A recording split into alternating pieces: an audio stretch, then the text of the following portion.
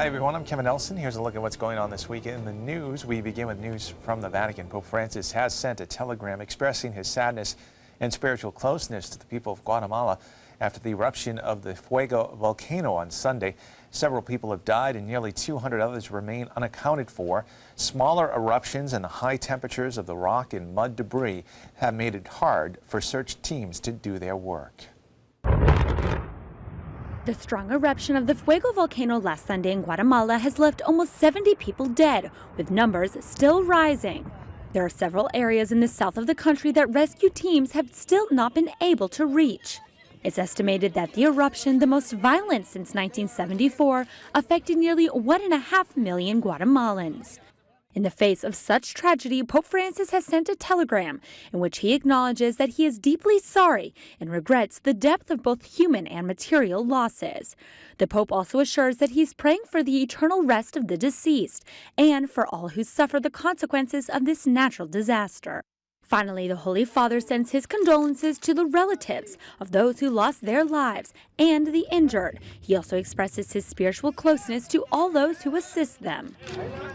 99 people are now known to have died since the eruption, and more than 1.7 million people have been affected, with more than 3,000 evacuated. In news from around the world, the Australian Capital Territory's Legislative Assembly in Canberra passed a bill June 7th requiring Catholic priests to break the seal of confession in some cases. The purpose of the bill was to expand the reportable conduct scheme governing allegations of child abuse and misconduct to include religious organizations. The Archdiocese of Canberra and Goulburn has 9 months to negotiate with the government on how it will work before the start of reportable conduct requirements. Archbishop Christopher Prowse said he supported the revised scheme, but would not support a requirement to break the seal of confession. He said such a requirement would neither help prevent abuse nor efforts to improve the safety of children in Catholic organizations. He added that apart from the fact that child abusers do not confess their crimes to police or priests, such legislation would also threaten Catholics' religious freedom. More news from around the world. Thanks to some new technology, we are now able to see what Saint Zdislava Berka of the Czech Republic looked like. This facial reconstruction technique has been used on other saints as well.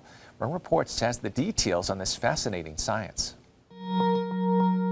She was born in the Czech Republic in 1220 and was known for her great works of charity.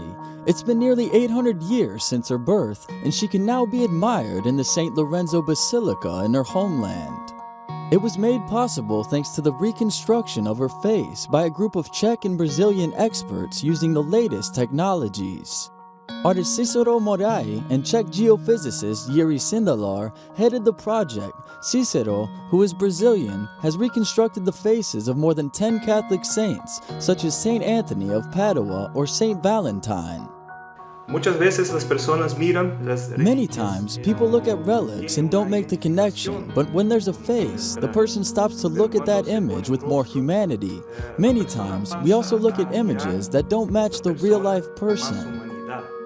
Muchas veces también miramos en las iglesias imágenes que no son compatibles con la persona en vida. The reconstruction process takes about a week. Cicero assures he wants his work to help people identify saints more easily. It's surely a great technological advancement that will bring together future generations and those of centuries and centuries ago. Looking now at news from around the country, the official World Youth Day Cross and Marian icon are coming to the United States in August. The tour takes place from August 19th through the 27th and is being organized by the USCCB Secretariat of Laity, Marriage, Family Life, and Youth. The tour includes stops in Chicago, Miami, Houston, Washington, and Los Angeles. Panama will host the 16th World Youth Day in January. It will be the first Central American nation to host the event, which will include a music festival, dozens of seminars for youth, and an expected visit by Pope Francis. The cross, which St. John Paul II gave to the youth and young adults of the world in 1984, has been part of the World Youth Day celebration. In 2003, St. John Paul presented the Marian icon to the world's youth, and it has accompanied the World Youth Day Cross since then. And finally in the news, since the World Health Organization confirmed May 8th that an Ebola outbreak was taking place in Congo, the Catholic Church has implemented emergency measures that they say will stay in place indefinitely in parishes at risk for the disease. Monsignor Jean-Marie Bamangola, Secretary of the Church's Social Communications Commission, said that although masses are continuing, sacraments such as baptism and confirmation have to be suspended. Healthcare workers are trying to head off a feared epidemic in the Equator province in northwest Congo, where at least 25 people have died of the almost always fatal disease. The outbreak coincides with political tension in Congo over preparations for long postponed December elections, as well as violence by armed groups in several provinces. Monsignor Bamangola told Catholic News Service that Ebola had made everything more difficult for the population, adding that there were fears the disease could spread down the Congo River to Kinshasa, a city of 10 million people.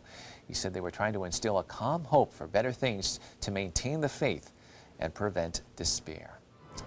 Well, that is all the information we have for you this time. I'm Kevin Nelson. Don't forget, you can keep up to date on Catholic news throughout the week with Catholic Newsbreak right here on the Catholic TV network.